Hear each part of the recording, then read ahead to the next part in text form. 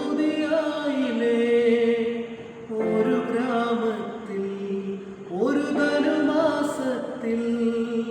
കുളിരും രാവിൽ പാർത്തിരുന്നു രജപാലകർ ദേവനാദം കേട്ടു ആമോദരായി വർണ്ണരാജികൾ വിടരും വെള്ളിമേഘങ്ങൾ ഒഴുകും രാവിൽ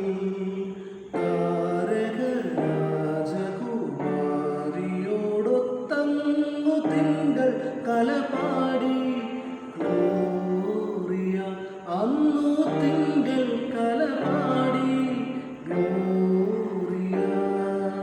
താരകങ്ങളിൽ നോക്കി